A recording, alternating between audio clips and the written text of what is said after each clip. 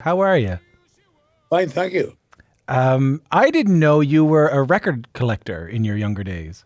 Oh yeah, no, not only in my younger days, still, yeah, still. I love records. I've got all kinds of recordings that blues, a lot of blues things, and yeah, gospel, blues, country. That's what I started getting interested in music with those three main ingredients, as far as I'm concerned. Which then, of course, turned into 50s rock and roll. And I was a teenager in the 50s, so that hit me like like a ton of bricks. So, and I haven't been right. I've never been right since. I mean, I've been affected by it ever since.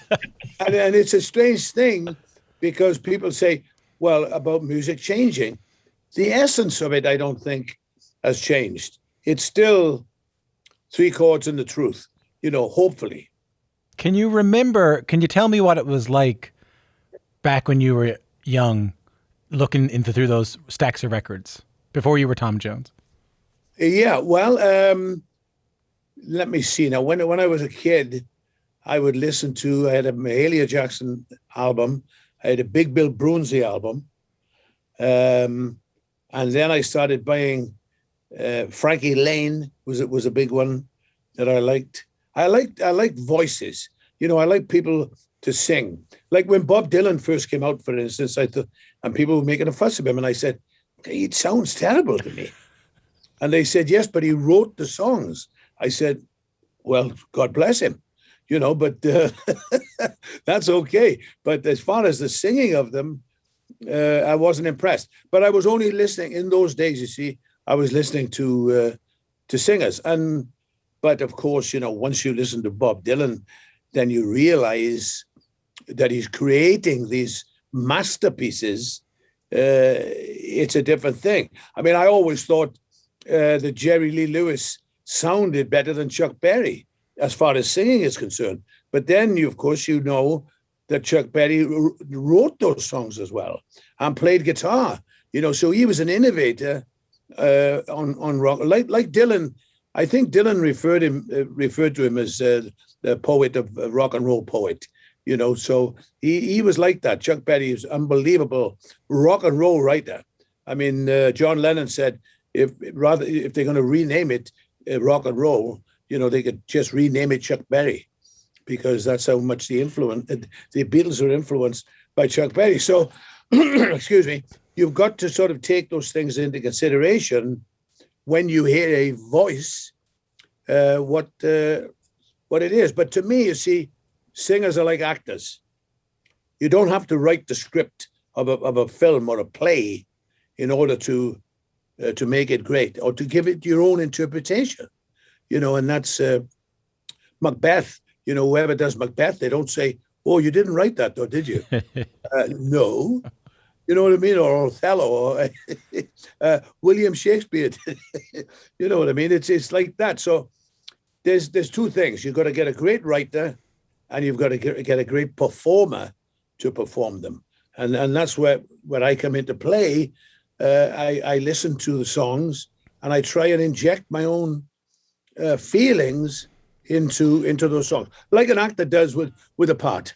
And even when it's a song that I have one idea of, and then I'll hear you sing it, and I'll have a completely different idea about it. And that happens on this record with this song. Take a listen to this.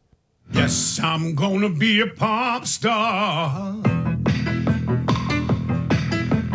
Yes, I'm gonna be a pop star now. Yes, I'm gonna be a pop star. Oh, mama, see me. Mama, see me. I'm a pop star. That is Tom Jones with his version of a song originally written by Cat Stevens in 1970 called Popstar. It's from Tom Jones' new album, Surrounded by Time. So tell me about picking that one. Okay. Well, I remember when Cat Stevens wrote that song because I used to do a lot of TV shows with him in the 60s. And he said to me one day, he said, the record company want me to be more of a pop star. And he said, I want to write songs that have more depth than that. And I said, oh, right, okay. And he said, I might even write a song called Popstar one of these days. And I said, oh, right. So he did. So what he was doing when he wrote it was sort of making fun of the record company, or sort of saying, well, look, this is about if you want me to be a pop singer, this is it. And he did Popstar, but in a negative way. Yeah. Now, when I listen to it as a positive song, because all budding pop stars will say, hey, mama, mama, see me, I'm a pop star. I'm on TV. Come and see my first gig. And that's the way I see it. So I sing it like that, not as a negative, but a positive. That's what I was talking about. Like, your interpretation of it makes me think of the song very differently. You obviously loved being a pop star. Definitely. 100%. I wanted it when I was a child. I was to sing at all kinds of things in Wales, where most people sing anyway. So I any chance I had of singing, I would do it. And I wanted to become a pop star. And that was my goal in life. So when I got It's Not Unusual, I recorded it in 1964. I thought, this is it. This is the beginning. And it went to number one, thank God. And then I was up and running. But I'd been aiming for that all the time. The only thing that I didn't really expect was being knighted by the Queen. That was completely. I never dreamed of that.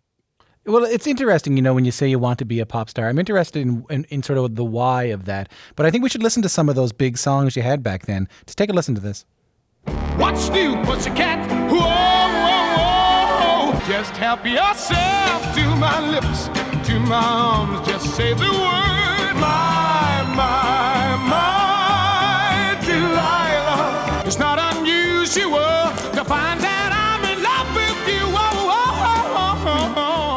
So What's New Pussycat, Help Yourself, Delilah, and It's Not Unusual, all big hits by my guest today, Tom Jones. So you say, I wanted to be a pop star since I was a kid.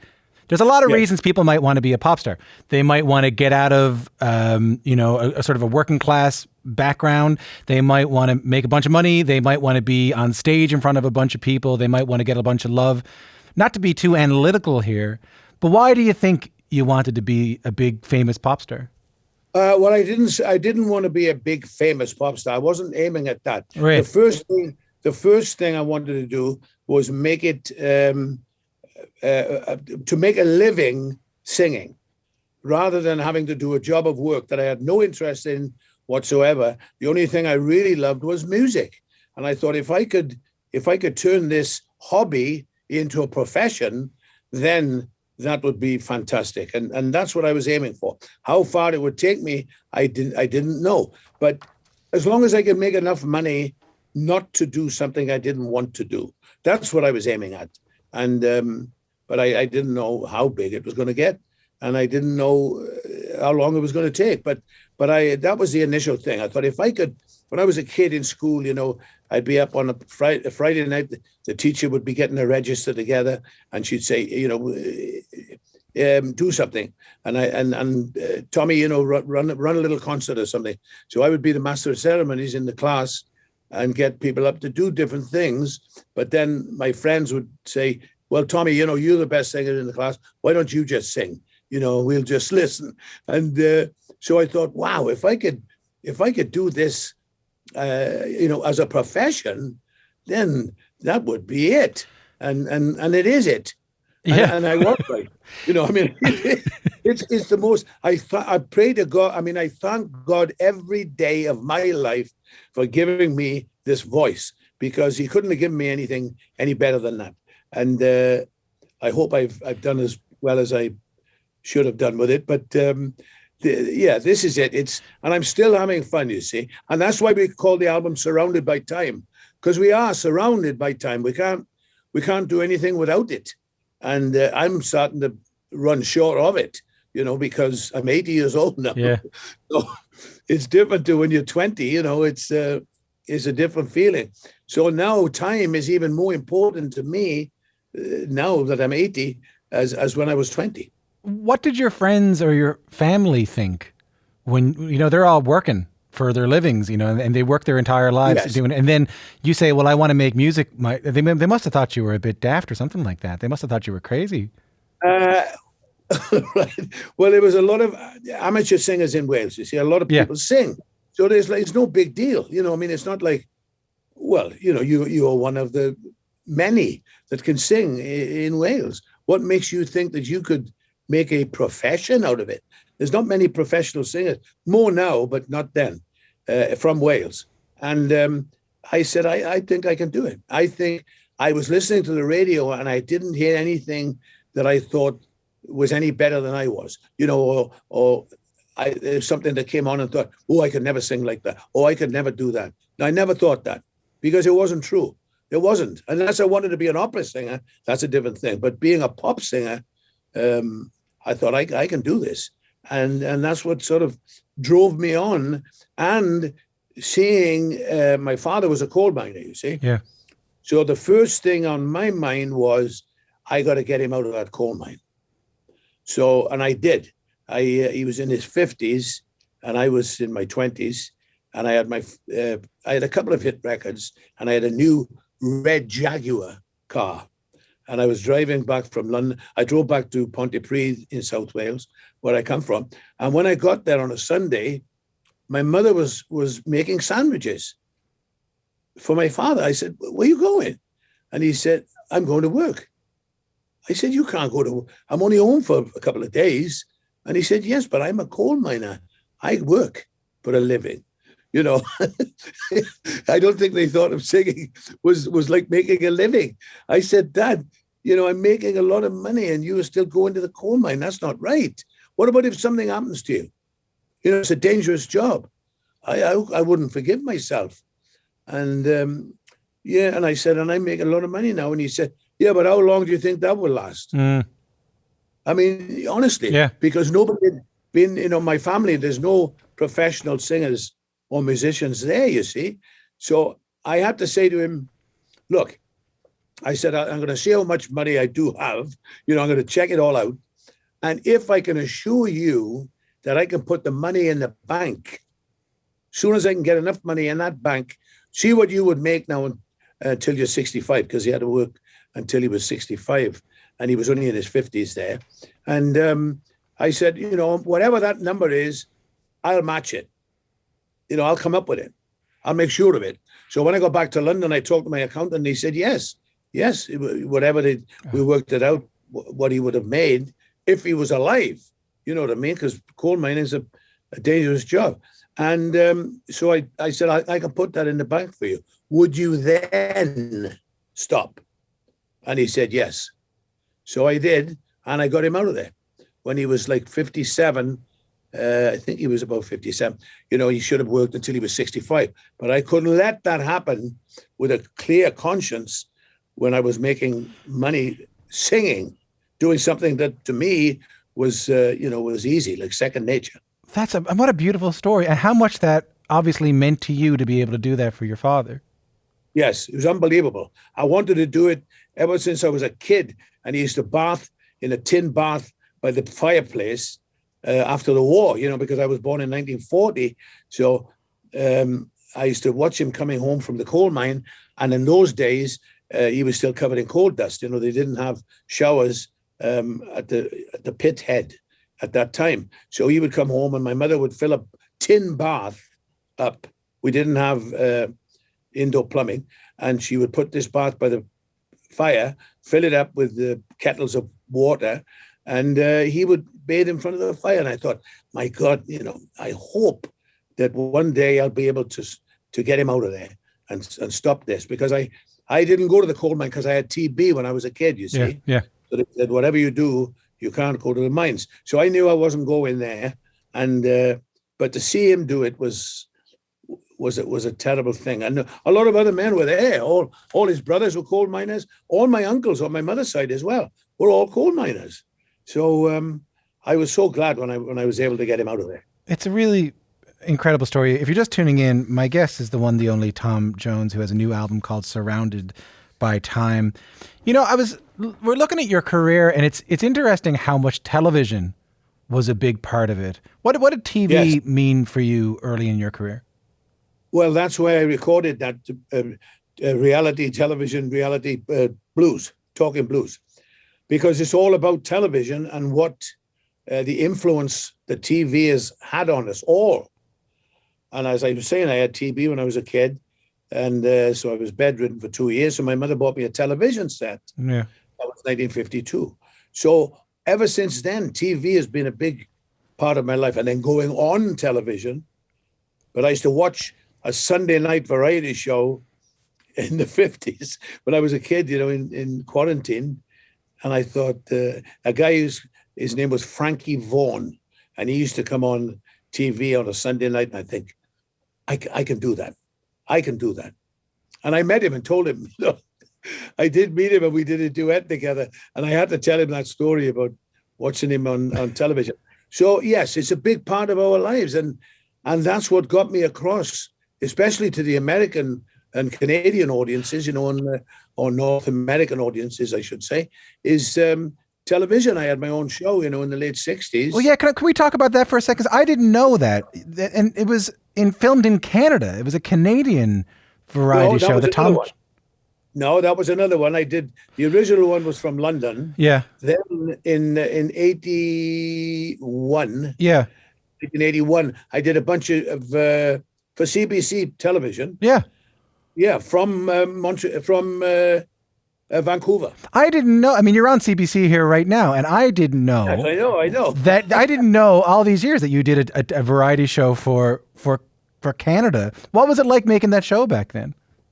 Fantastic, because it was 30 minutes shows, and it gave me a chance to go to Vancouver, which I love.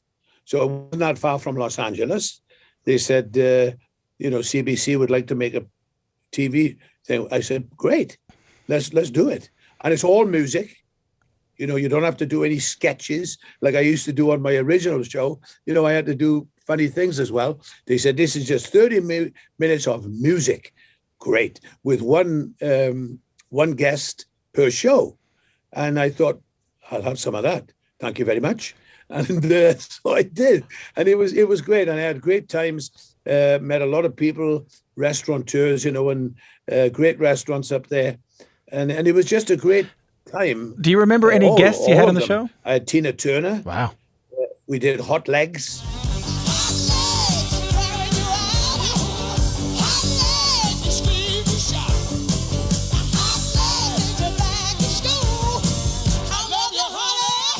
Which was a Rod Stewart song. Yeah. Because she got hot legs. So I thought it would be good there. I had Brooke Shields on. I did when she was a kid, 1981. And we did Sweet Little 16, because she was 16 at the time. And who else did I have on? Wait a minute. I had, So I had Brooke Shields. I had Tina Turner. I had Gladys Knight.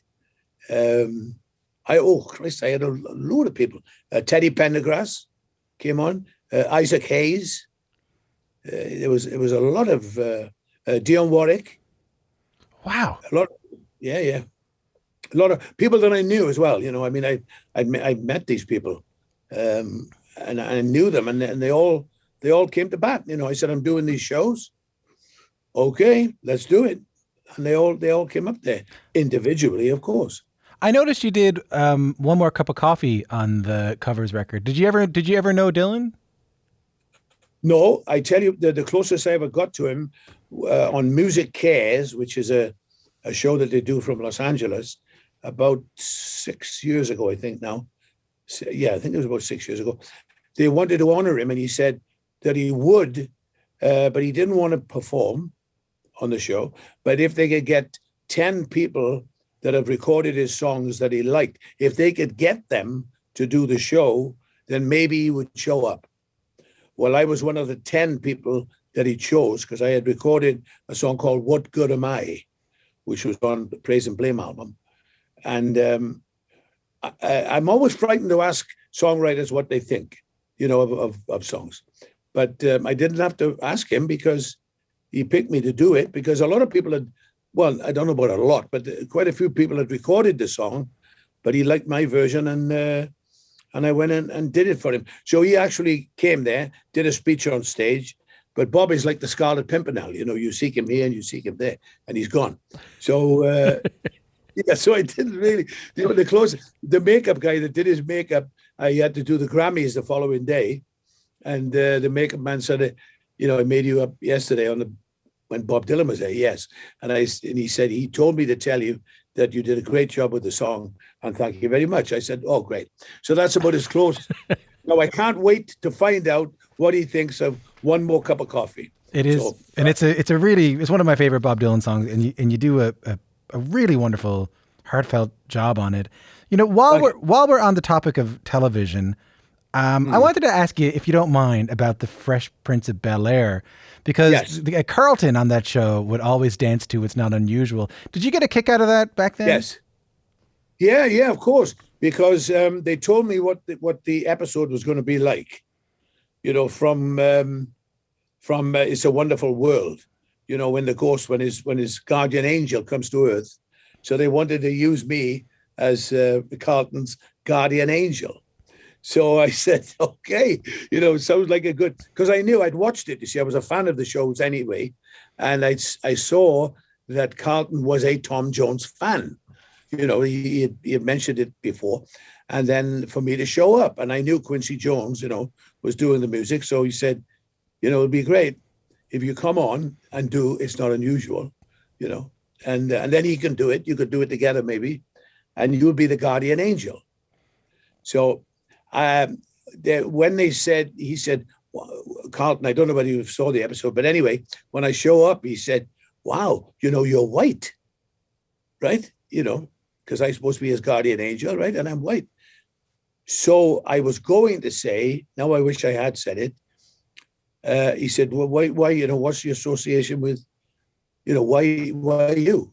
And I was going to say, well, it was either me or Michael Jackson, right? Because Michael Jackson was getting very light-skinned at that time. But I thought it might be a little too controversial. So I said, well, I knew Otis Redding, and I knew, soul singers like that. So, but it's ironic that Michael Jackson, his skin did get lighter. But anyway, it was, I loved doing it. And Carlton, I got to know them. I got to know Will Smith. I got to know all the cast, and they're great people. And I knew Quincy Jones, of course, before. So it was great to be associated with it. And now, of course, you see Carlton, he comes on and he does the Tom Jones, or the Carlton dance, which I think is great. It's, I think it was like a way to introduce you to a whole new audience. You know what I mean? Like, I think they're, Yeah, younger audience, because it's got a young audience. And, but I said, look, as long as you don't make fun of the song. Yeah. I mean, because It's Not Unusual to me is a great song, and it was my first hit, which is very important to me. So I said, as long as you're not making fun of that song. They said, no, we're making fun of Carlton trying to dance like you. I said, oh, okay. So, okay, I'll do it. So, yeah, but I'm glad I did do it. Yeah. It was very funny. Well, again, still on television, and we were just talking reality television blues there a second ago. I know you were away from The Voice UK in 2016 after your wife Linda passed away from lung cancer. Yes. And you were together for 59 years, Tom. Yes. I'm so sorry for your loss. Well, thank you. It's it was tough. I didn't think I was going to make it, to be honest with you. I didn't think that I'd be able to sing again. Really? And honestly, because I thought, how am I going to get through those songs now that she's not here? Because I always used to ask her. You see, every time I made an album, she would be the first one I would play it to get a response. And track by track, when I would do a song, I would say, "What do you think of this?" And this last album is the first time I've ever recorded an album without playing it to her. She never got to hear it. So some of the songs on there, like the opening song, for instance, is called "I Won't Crumble." Yeah, we have a bit of it. Just take a listen to this. I will wake in the morning if you call, and I'll stand beside you as long as I can. I will hold back the evening of your sun, but I won't crumble with you if you fall. It's Tom Jones from Surrounded by Time. I won't crumble with you if you fall. Sorry, Tom, you were saying. Yes. Well, I was with my wife for the last 10 days of her life. You know, I was on tour, and they told me that it was terminal lung cancer. And so I flew back to Los Angeles and went straight to the hospital and stayed there with her for 10 days. And, you know, I said, Linda, I don't think I'll be able to carry on. I won't be able to sing because it'll stick in my throat. And she said, look, you must do it because, you know, I've got to leave.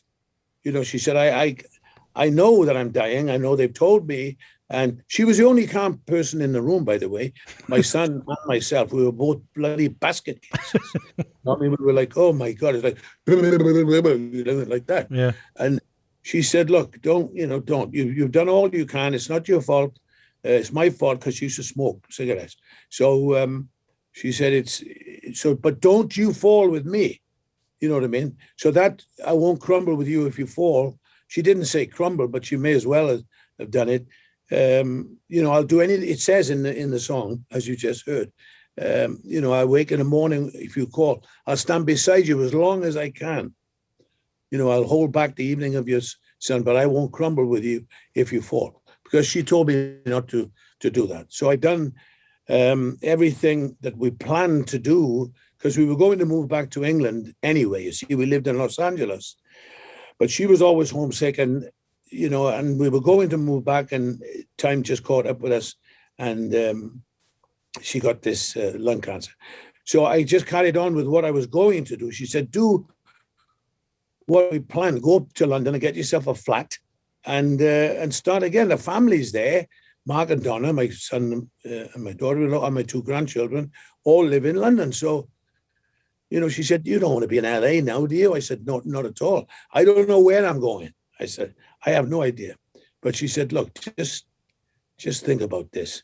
And I had to go and see a counselor, though. Yeah. And this woman, she said to me, so what do you think the hardest song would be for you to sing? And I said, What Good Am I? Which is a Bob Dylan song I did on Praise and Blame. And she said, well, that's the first one you should try to sing. And did you? If you could do that one, then you should be okay. So I got my musicians together, and we did a few other ones first, you know, just quietly in a hotel. And then I tried it. I said, let me just try this. And I sang it, and I thought, okay. So then I went on in Hampton Court. I opened the show there in June. Linda died on the 10th of April, and I opened in June. So I didn't think I was going to, though. But then the audience, you see, they lift you as well. You go on the stage, and they seem to feel what you're going through. It's uncanny, but it happens. And then they lifted me up, you see. So thank God for the people, you know, that were there, that got me through it. But it was a terrible time. But I've gotten through it, and the therapist said, time is a healer, believe me. Yeah. Time will heal. It is. And it has. She's with me all the time. You know, I've got her ashes with me in my flat in London. You know, she's the last person I talk to at night and the first person I talk to when I wake up. So it's like that. But it's she told me, you must carry on. You must get up there and sing. Please don't fall with me, you know, and so that's what I do. Well, let me play you one more song then. Take a listen to this. I'm growing careless of my dress. I'm growing thrifty with my gold. I'm growing wise. I'm growing, yes, I'm growing old. From his album Surrounded by Time, that's my guest, Tom Jones and Growing Old. And maybe this is a good way to close things off. How are you doing with getting older? I mean, you're 80 now. Well, it does say I'm growing old. It doesn't say I've grown old. So there's a big difference there. And I didn't want to finish the album with that. So the last track on there is Lazarus Man, which is like a rebirth. Yeah. You know, he kicks off the sheets and walks out of the, I kicked off the sheets and walked out of my tomb. I wanted to dance, but I couldn't find enough room. So I kicked off the sheets and walked out of my tomb. I'm Lazarus, man. You know what I mean? It's rebirth. So here I go again. I guess getting older is a matter of perspective, I suppose. Yes. Well, surrounded by time. You see, that's why we called it that, because time, as I said, is more precious now to me than ever. So you got to be aware of it, but you've got to live every day. I mean, and that's the advice I would give to anybody. You mustn't waste a day. Don't waste any time. If you've got to do something, if you want to do something with your life, especially with young people now, I know it's difficult because of this situation we're in, but once we get out of it and hopefully we'll get back to normal again, go after your dreams, go and do what you want to. An old man once told me that in a paper mill that I worked in when I was a teenager. He said, I hear you can sing. I said, yes, I can. He said, well, then go for it. Because when you're old like me, that's all you really will have left are memories. Make sure they're good ones. And that's a fact. That's beautiful. How's your voice? Wonderful. Thank God. I think it's stronger now than it's been. It's amazing. George Burns said, if I knew I was going to live this long, I would have taken better care of myself. And that's exactly it. I'm taking better care of myself now than when I was young and, full of piss and vinegar. So, sorry for the word vinegar. But, Tom, what a joy talking to you, and thanks so much for your time. My pleasure. Thank you. The new album by Tom Jones is called Surrounded by Time, and it's out everywhere today. Well, Tom, what a joy it is talking to you. Thanks a lot. I enjoyed it, really. I got a photographic memory, and everything I talk about, I can see it. So it's a strange thing, but there we are. I love it, and I love talking about the Canadian TV show too, because we didn't know about it. It was very Oh, no, I mean, genuinely, I met a lot of great people up there. In Vancouver. Jackie Cohen, I don't know whether you have heard the name, but she has a store called the Army and Navy Stores. She became a very close friend, and her family, the whole thing. And there's restaurants there, you see. Umberto, he's got restaurants up there. And there was a fella called Jean-Claude who passed away. He was a mad Frenchman, and we had some times there, boy. I mean, how old was I? 40, 40, would have been 81, 41. So it was like, crazy times.